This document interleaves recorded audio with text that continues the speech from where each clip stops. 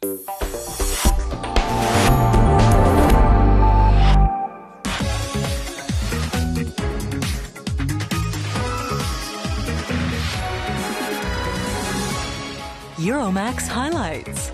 And here's your host, Robin Merrill. And a very warm welcome from Berlin. Coming up in the next half hour. Best bets, the world's top poker players square off in London. Insightful images, photographer Max de Esteban focuses on the insides of machines. And gourmet great Harald Wohlfahrt has held 3 Michelin stars for 20 years. But we begin with Phoenix Design in Stuttgart, a company set up in the late 80s by Andreas Haug and Tom Schönherr, and which is now one of the leading names worldwide in industrial and product design. They've won literally hundreds of prizes, the latest being the German Design Award for their life's work. And that, incidentally, is definitely not over. They're as busy and excited as ever about new projects. We met up with them at their headquarters, and I'm sure you'll recognise some of their iconic designs. Simple, practical, prize-winning. Products for everyday use by Phoenix Design. Objects found in countless homes all over the world. Tom Schönherr and Andreas Haug founded the design company. They're fascinated with everyday life. Everyday life is what concerns us constantly, and we think that we can make all the things around us better. We think a lot about what might have changed in how things are used, about people's new or changing needs and desires for products. And for that, I think it's fascinating to find a new function, a new design, or a new materiality. Phoenix revolutionized the experience of showering. Instead of the usual little shower head, Phoenix developed a shower head that makes you feel you are in a downpour. Phoenix's flat-screen TV for Löwe won several prizes. Renowned brands have sold millions of Phoenix-designed products. Its maxim is that design should be functional, easy to operate, and enchanting. Ultimately, the magic is what enthuses a person, what makes you like a product and sees you use it for a much longer time than something you don't like. You might even keep using it once it has become technically out of date.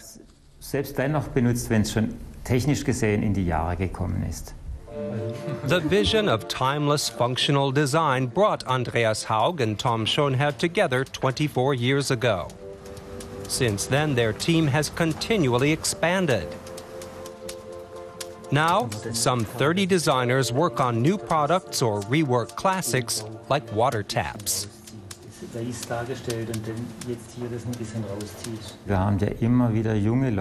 We continually have young people coming to us with fresh ideas and completely different approaches. And I think the mixture of their spontaneity and different view of things and our experience is what results in successful things. Sometimes a new project will generate 100 initial sketches. Then a selection process begins.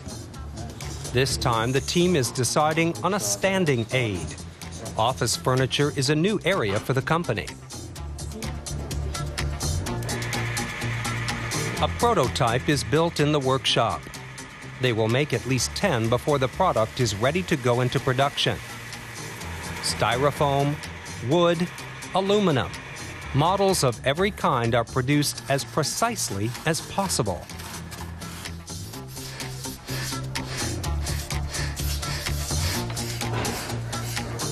The Stuttgart company also improves medical equipment. It has just developed a prototype for a new defibrillator. Here, design plays a decisive role. The design doesn't have to be attractive for the unconscious person, but it's vital that the paramedic can use it with ease, that he knows exactly where he needs to hold it. So here in the user interface, there are precise sequences, so that he can't make a mistake. Again and again, Phoenix adapts everyday objects to meet people's needs.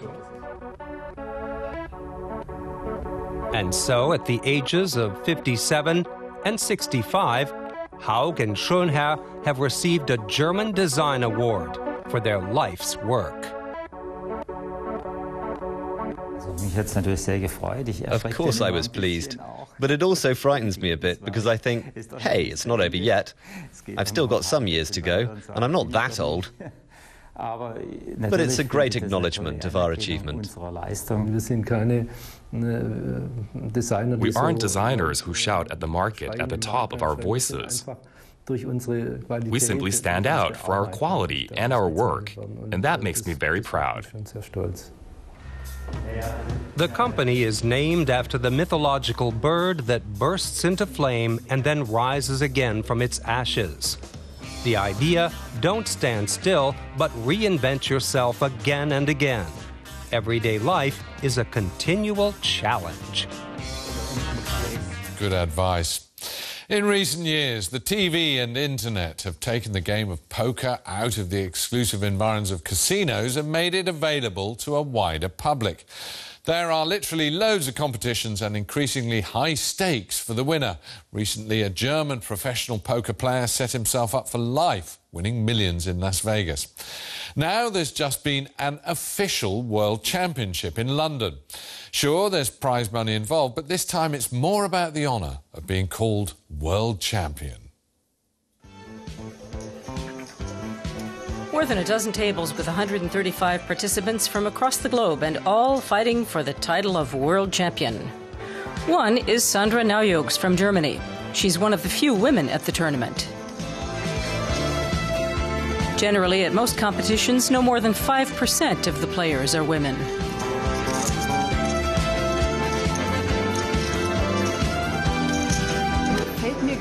I hadn't noticed. Maybe that's because a couple of the men play like girls. But there are really lovely female dealers, like the one on this table. So I don't feel alone.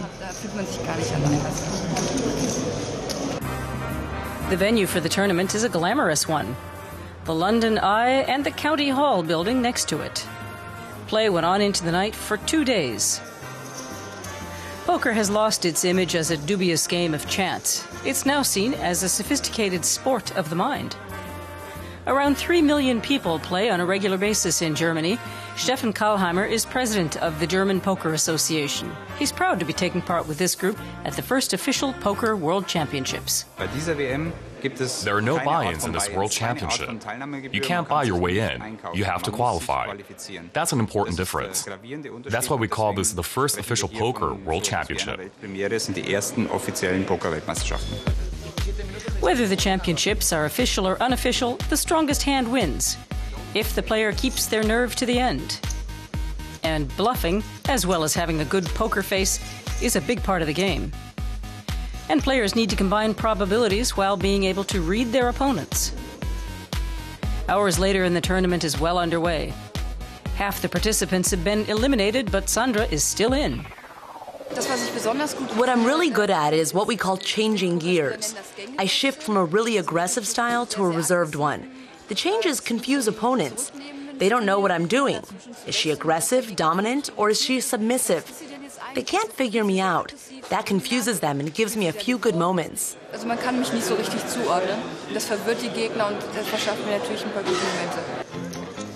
One of the players at Sandra's table is Pius Heinz. 2 weeks ago, the 22-year-old German won over 6 million euros at a poker tournament in Las Vegas. Heinz didn't have much experience at tournaments. He learned and practiced on the internet. The emergence of online poker has massively boosted the sport's popularity. The London tournament included for the first time players from Zynga, the largest poker platform in the world, with some 50 million registered users. When you're playing live, you have the opportunity that you can look at your opponent, you can see the reactions to the flop of the cards. When they go to bed, if they're playing with their chips, they might do something different. It's very exciting, so fingers crossed, but some of the best players in the world are here, so he's got to sit in, play time. After 2 days of competition, the winner was Raúl Mestre from Spain. Sandra Nayux did well too, finishing in 6th place. Maybe she lacked that tiny bit of luck, or maybe it just wasn't in the cards. Now, many a professional photographer will reach for the latest technology to secure an edge and a certain uniqueness in their work. And with Max de Esteban from Barcelona, you could be fooled into thinking he's resorted to X-rays. But his photographs of the innards of technical appliances are achieved in a much friendlier, if painstaking way. Here's how it's done.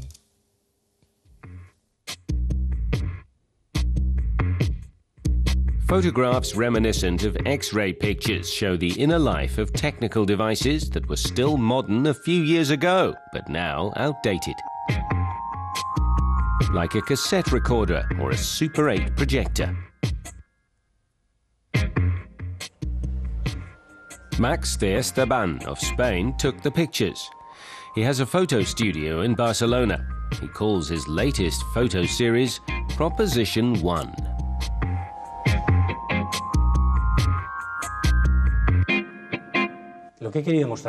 With my project, I want to show that the constant progress in technology can be simultaneously good and bad for art. My photos wouldn't have been possible if I didn't use the most modern cameras. On the other hand, I photographed technical equipment that is out of date. This shows how short-lived technology is today and how soon it becomes obsolete. This projector was made in the 1970s. For his special photos, Max de Esteban first took it apart.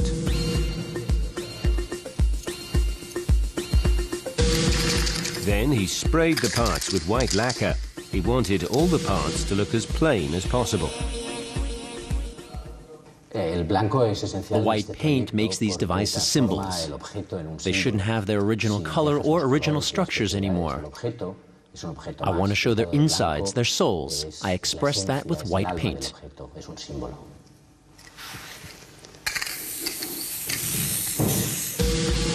Max de Esteban then arranges the disassembled piece of equipment, in this case the projector.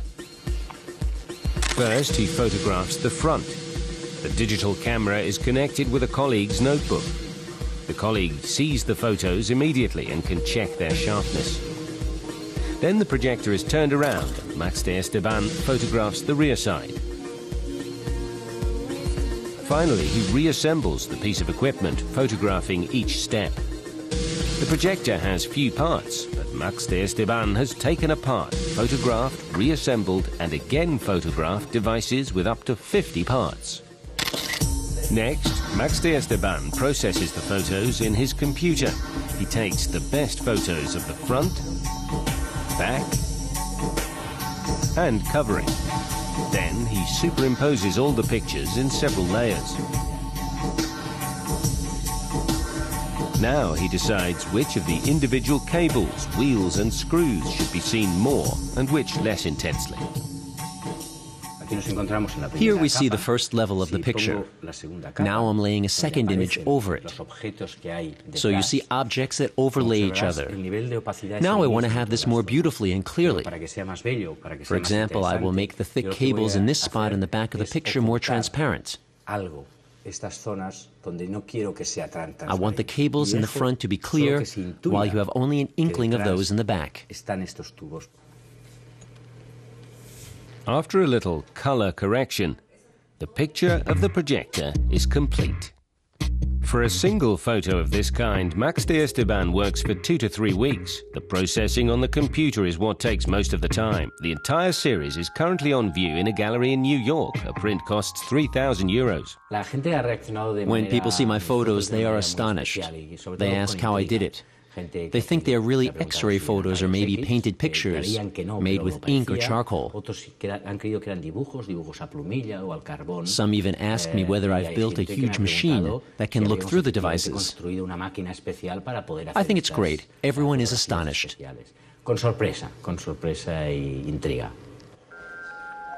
Max de Esteban, a photographer who makes technical devices transparent. His second proposition series is already in the making. To the small town of Baiersbronn in the Black Forest, which is a centre of haute cuisine here in Germany. It's home to 3 restaurants with Michelin stars. And the man who put Baiersbronn on the gourmet map was Harald Wohlfahrt. He was the first German chef ever to receive Michelin's highest accolade of 3 stars back in 1992. And what's more amazing is that he's held on to his 3 stars ever since. The dishes are prepared with great precision, and Harald Wohlfahrt keeps a close eye on what goes on. He demands perfection and discipline from his team. 3 Michelin stars for the past 20 years is no reason for Germany's top-ranking cook to rest on his laurels. He's constantly developing his recipes. My motto is go with the times, or in a while you'll be gone. We stay alert and watch what's going on abroad, and in Germany, we keep developing. We've always been able to renew ourselves and adapt to change. We move with the times, and we'll keep doing so. If you want one of the coveted 35 seats in his restaurant Schwarzwaldstube at the Traube Thunbach Hotel in Baiersbronn, you should book months in advance. Once the restaurant was awarded 3 Michelin stars, his phone never stopped ringing. But he doesn't plan on cooking for more people.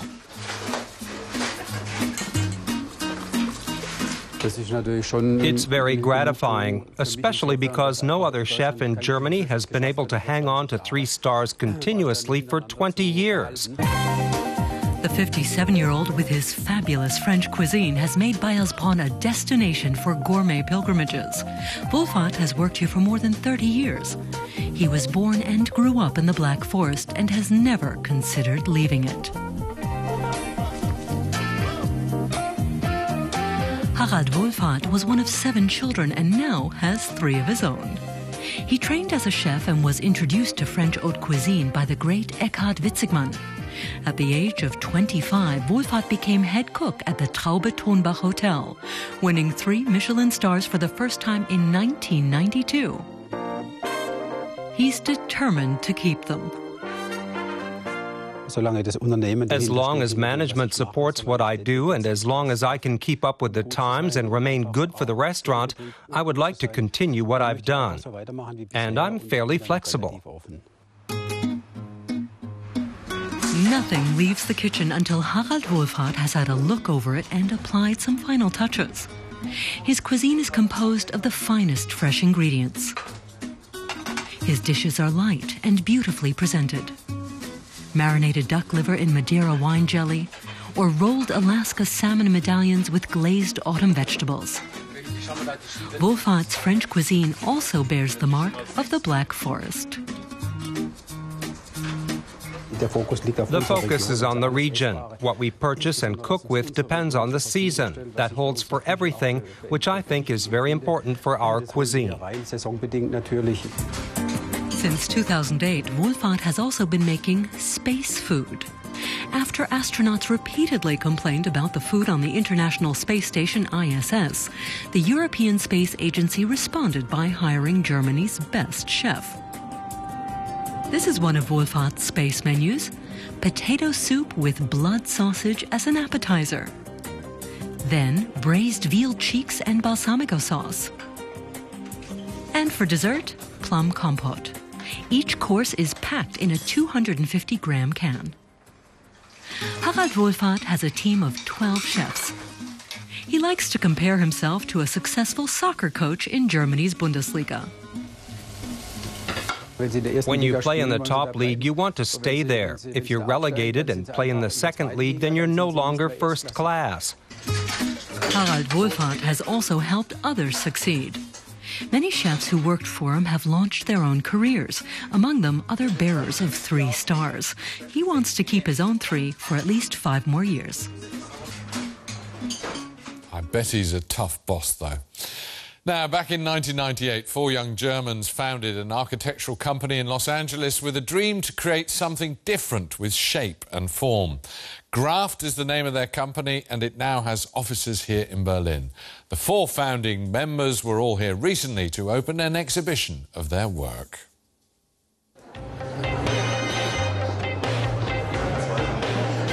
Graft's latest work is not a building at all, but a sculpture made of mirrors. The architects are showing their bold designs at the Haus am Waldsee Gallery in Berlin. The exhibition opening on Tuesday was an emotional event.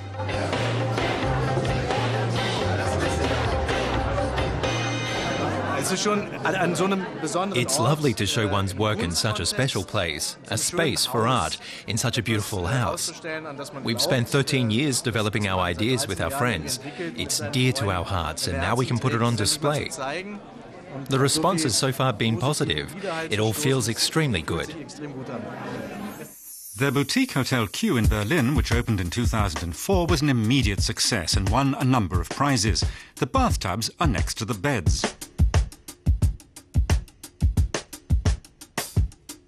In the Georgian capital Tbilisi, they transformed a 60s high-rise into a very contemporary luxury hotel. Graft relish new and unusual forms. They named this table Phantom.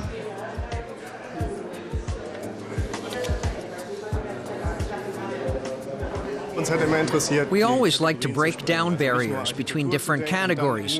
We don't think about architecture, then interior design and furniture and big-scale urban planning separately. We mix it up. The day before the opening, Graft's founding partners came to check that everything was set up the way they wanted it. They are Wolfram Putz, Lars Krückeberg, Gregor Hoheisel, and Thomas Willemeit. The show, entitled Distinct Ambiguity, is not a retrospective. It's a presentation of visions of the future. Many of the projects have not been realized, but are still just models. One thing they have in common is that they all push the limits. One of our themes is courage. For us, courage is about getting involved in society, finding new directions to go in, not just providing the typical services an architect usually offers. We get involved by means of interventions in space. It has to do with ambiguity, hence the title of the exhibition.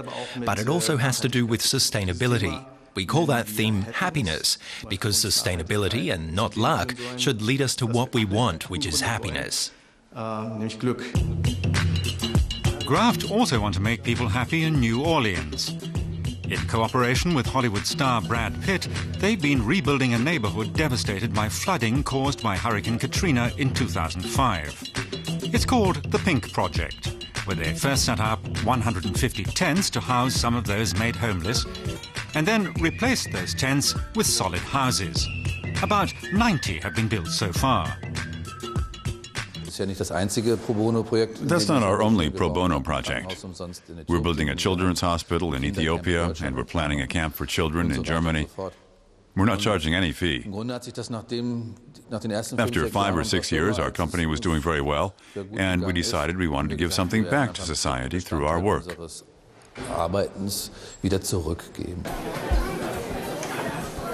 Graft has offices in Berlin, Los Angeles, and Beijing. The exhibition reveals the great variety of their work.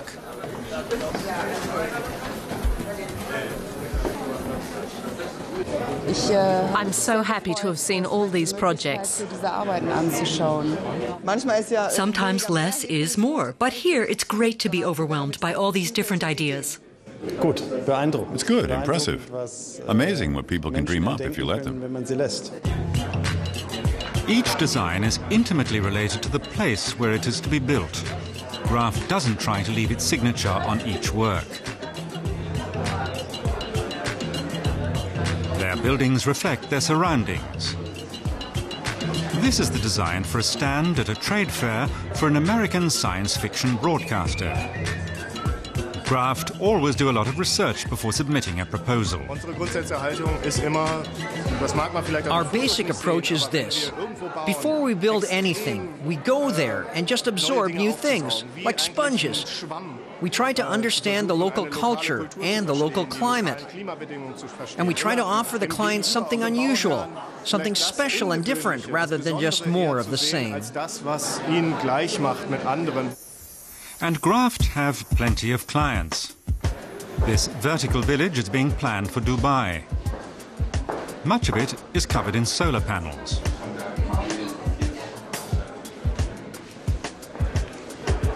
This zero-energy home is being built in the Malaysian capital, Kuala Lumpur. Solar energy will provide light, and the sea breeze will cool it. The exhibition runs until February. Then it will go travelling in true Graft spirit. And that's it for today. Don't forget our website is dw-world.de/English/Euromaxx highlights for more about the programme. Thanks for watching, and from all of us here in Berlin, until next time, bye-bye.